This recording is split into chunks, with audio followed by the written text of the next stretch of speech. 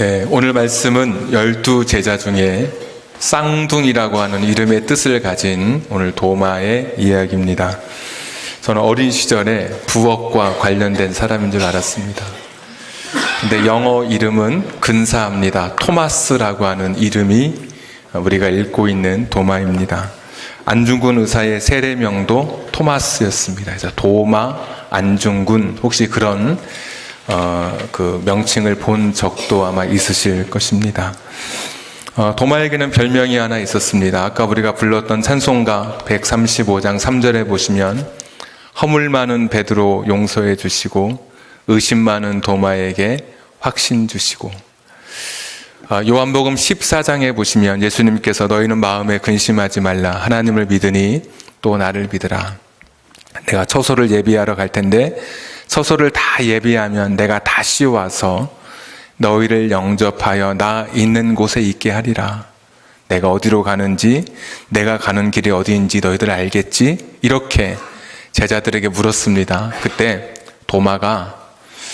토마스가 이야기하기를, 주님이 어디로 가는지 모르는데 무슨 길로 가는지 우리가 어떻게 합니까? 그렇게 한번 이야기했었고, 결정적으로 오늘 제자들이 예수님의 부활을 믿고 부활하신 예수님을 만났다고 이야기하는데, 그때 하필이면 도마가 없어가지고 나는 절대로 믿지 못하겠다. 그래서 이 두 가지 사건 때문에 우리가 어떻게 합니까? 그 사건 하나, 그리고 오늘 결정적으로 나는 부활을 믿지 못하겠다. 이 사건 때문에 의심 많은 도마, 이런 별명이 붙었습니다. 그런데 생각해보면 사실은 의심이 많다기보다는 솔직한 사람이다라는 생각을 해봅니다. 예수님이 지금 어디로 가는지, 어떤 길로 가는지 모르면서도 선생님 예수님께서 말씀하시니까 그냥 아는 척하고 있는 사람이 있는가 하면, 도마는 솔직히 모르니까 저는 모르겠습니다 대답한 거고, 오늘도 제자들은 다 봤다고 이야기하는데, 예수님 만났다고 이야기하는데, 도마는 나는 못 믿겠다. 예수님이 십자가에 달리신 것을 내가 보았고 온 천지가 다 아는 사실인데, 내가 내 눈으로 보기 전에는, 그리고 내가 내 손으로 만져보기 전에는 나는 절대로 믿을 수 없다. 아주 솔직한 사람, 어쩌면 우리들 같은 사람이죠. 우리들 중에 어떤 분은 오늘 하나님, 예수님 이런 존재에 대해서 믿어졌다가 또 믿어지지 않다가, 내가 볼 수 있으면 정말 믿을 텐데 믿어지지 않는 그런 분도 계실 겁니다. 26절에 보시면 여드레가 지난 후, 이스라엘의 날짜 계산은 그날도, 오늘도 하루로 치고 내일도 이틀로 칩니다. 그래서 여드레라면 딱 정확히 일주일이 지났을 때 여전히 도마는 마음속에서 믿어지지 않고, 제자들은 예수님 봤다고 이야기하는 그런 불신, 그런 어둠 속에 있을 때 예수님께서 찾아오셨습니다. 그리고 27절에 보니까 이렇게 말씀하죠. 도마에게 이르시되 네 손가락을 이리 내밀어 내 손을 보고 네 손을 내밀어 내 옆구리에 넣어보라. 그리하여 믿음 없는 자가 되지 말고 믿는 자가 되라. 그래, 만져봐라, 이런 말씀이죠. 그래, 이 손을 봐라. 이 상처난 손, 내 옆구리에 찔린 이 상처를 보아라. 보고 이제는 믿어라, 이런 이야기죠. 믿지 못하던 도마에게 예수님 나타나셔서 믿으라고, 나를 보고 만지고 믿으라고 말씀해 주셨습니다. 28절에 이런 고백입니다. 도마가 대답하여 이르되 나의 주님이시요 나의 하나님이시니이다. 오늘 말씀의 제목입니다. 예수님을 만나고, 부활하신 예수님을 만나고 나의 주님, 나의 하나님, 이렇게 고백합니다. 복음서에서 하나님으로 예수님을 고백한 사람이 없습니다. 도마가 유일한 사람입니다.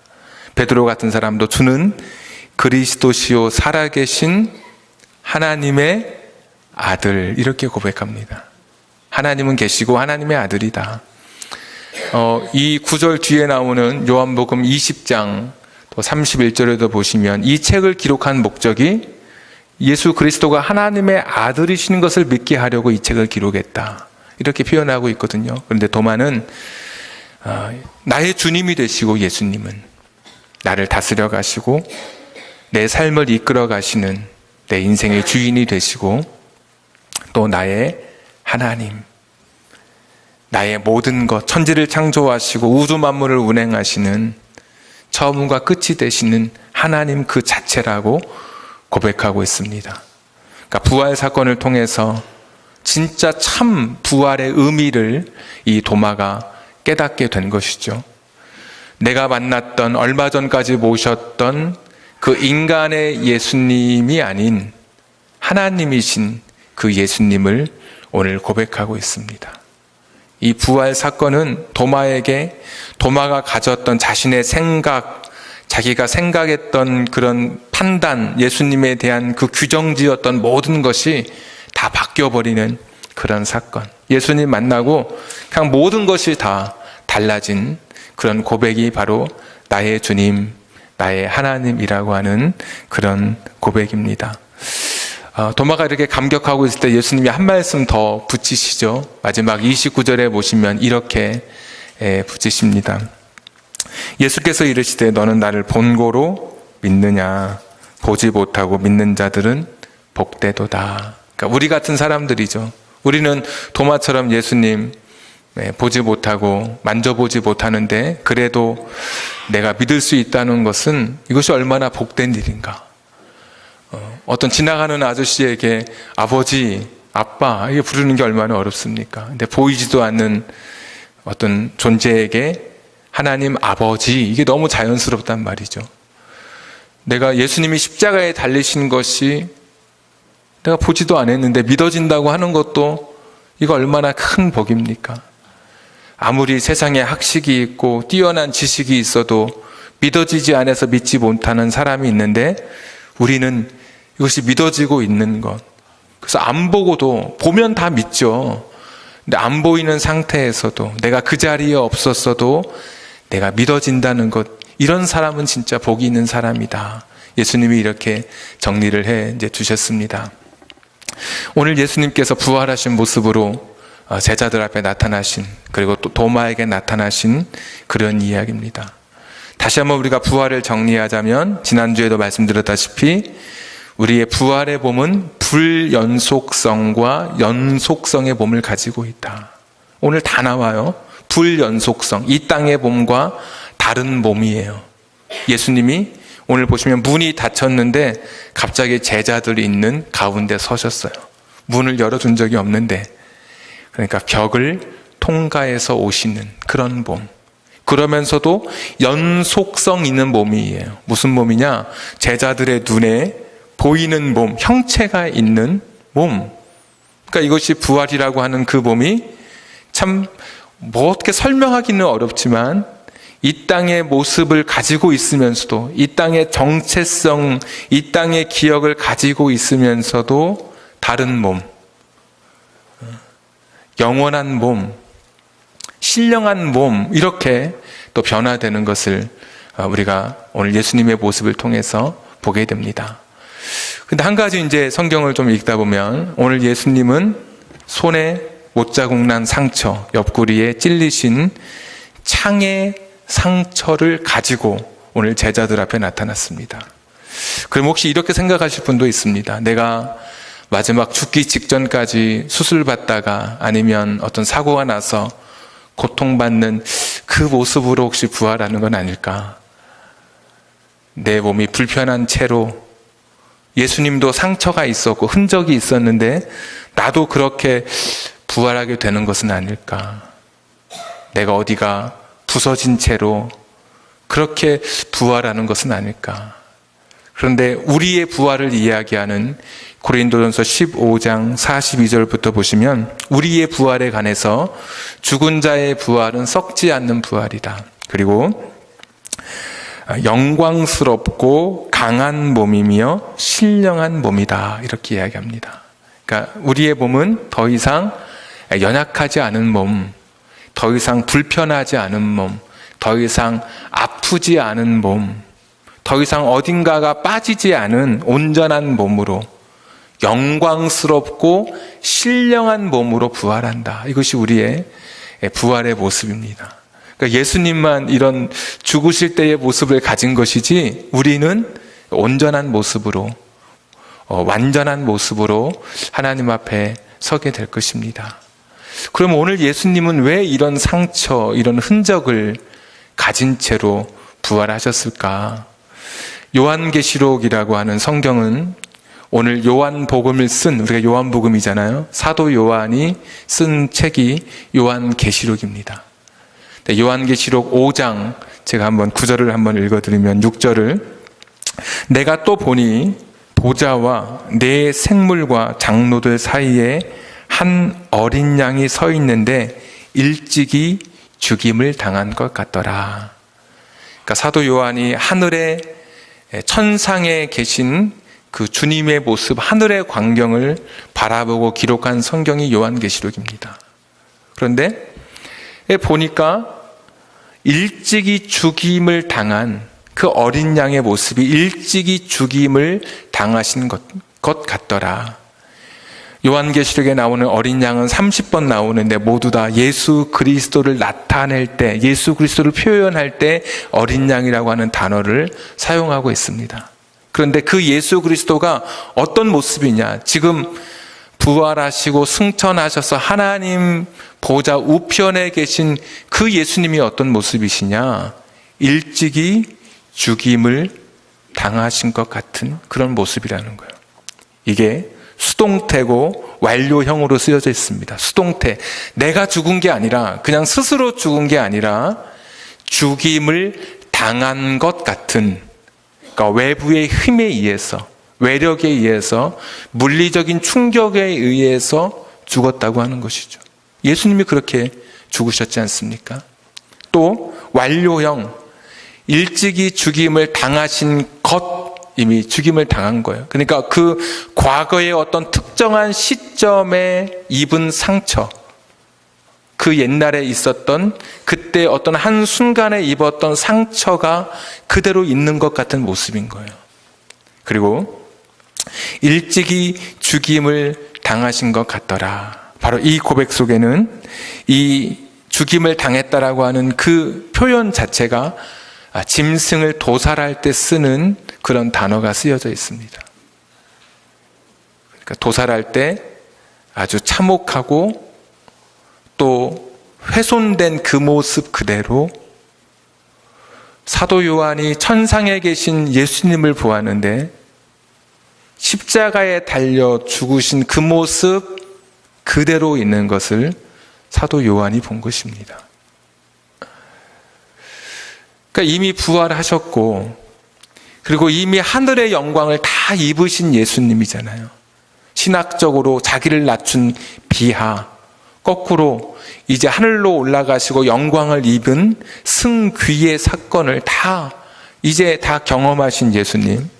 하늘의 영광의 자리에 서셨고, 하나님과 함께 온 천지를 다스리시고, 그 보좌에 앉아 왕으로서 계시는 그 주님의 그 모습이 일찍이 십자가에서 죽임을 당한 그 모습 그대로 하늘에 있는 모습을 요한이 보게 된 것입니다.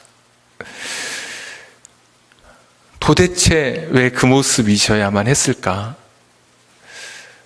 부활의 모습, 제자들에게 보여줬던 그 모습 그대로, 손에는 못자국이, 옆에는 창자국이 난 그 모습 그대로 하늘에 계신 그 예수님. 왜 그럴까? 그 대답을 오늘 부활의 예수님 만났던 도마에게서 우리가 찾아볼 수 있습니다. 예수님이 도마에게 나타나셔서 뭐라고 하셨습니까? 자, 봐라. 그렇죠? 그리고 자, 손을 넣어봐라. 27절에. 20절 한번 보시겠습니까? 20절. 요한복음 20장 20절. 제자들에게 처음 나타났을 때, 도마가 없었을 때 이 말씀을 하시고 손과 옆구리를 보이시니 제자들이 주를 보고 기뻐하더라. 예수님은 제자들에게 보여주고 싶으신 거예요. 저와 여러분이 천국에 갔을 때 주님께서 이렇게 말씀하실 겁니다. 사랑하는 딸아, 나다. 나야. 사랑하는 아들아, 바로 내가 예수야. 자, 이 손을 봐라. 상처난 손을. 자, 그분이 옆구리 살을 보여주실 때 구멍 뚫린 그 상처. 자, 손을 넣어보고 싶으면 넣어보렴. 내가 너를 위해서 이렇게 고난받았단다. 내가 너를 위해서 십자가를 졌단다. 내가 너를 위해서 내가 이 상처 그대로 간직하고 있었단다. 우리가 주님 앞에 다시 부활하여 주 앞에 서는 날, 주님은 그 간직했던 그 상처난, 일찍 죽임 당한 그 모습 그대로 간직한 채 우리에게 보여주시면서, 자, 확실하게 알겠지. 이제는 내가 너를 위해서 죽은 것도 알겠지. 내가 너희를 위해서 나의 생명을 바친 것을 이제는 확실히 믿겠지. 도마에게 보여주셨던, 제자들에게 보여주셨던 그 모습 그대로 오늘 저와 여러분에게 보여주실 것입니다. 그때 우리는 이사야서 53장 5절을 고백하겠죠. 그가 찔림은 우리의 허물을 인함이요 그가 상함은 우리의 죄악을 인함이라.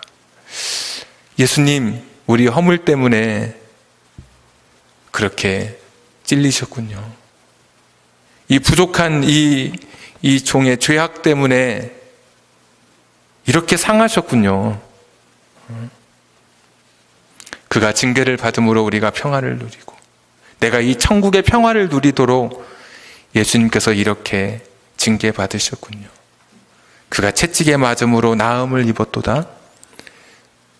우리를 이렇게 온전한 몸으로 부활하게 하기 위하여, 신령한 몸으로 우리를 부활하게 하기 위하여 주님께서는 39갈래의 채찍에 맞으셔서 군데군데 이렇게 파이고 상처난 몸, 그것이 바로 나를 위한 것이었군요. 머리에 상처, 온몸에 그 흔적들, 손에 못자국, 옆구리에 찔리신 그 창의 상처, 우리가 그것을 볼 때 도마의 고백이 오늘 우리의 고백이 되는 것이죠. 나의 주님, 정말 나의 하나님이십니다. 예수님이야말로 나의 주님, 나의 하나님이십니다. 어리석고 추한 저를 상처난 몸 그대로 지금까지 저를 기다려 주셨군요. 이것이 우리의 고백일 수밖에 없습니다. 예수님의 몸에 난 상처는 죽음의 상처가 아니라 죽음을 이기신 흔적이고 부활의 승리의 상처였습니다. 부활하신 예수님의 몸에 남겨진 상처, 바로 그것이, 그 흔적이, 이게 복음이죠. 이게 은혜고, 이게 축복이고, 이것이 사랑입니다. 저도 여러분도 지금은 희미하게 보이는 이 부활의 사건, 그러나 다시 주님 앞에 영광스러운 몸으로 부활하는 그날, 그 흔적, 그 상처 그대로 지니시고 우리를 맞아주실 때 그분의 손, 그분의 옆구리, 그분의 찔리신 머리와 온 몸의 상처를 보면서 그날 나의 주님, 나의 하나님으로 고백할 수 있는 여러분 되기를 주님의 이름으로 축복합니다.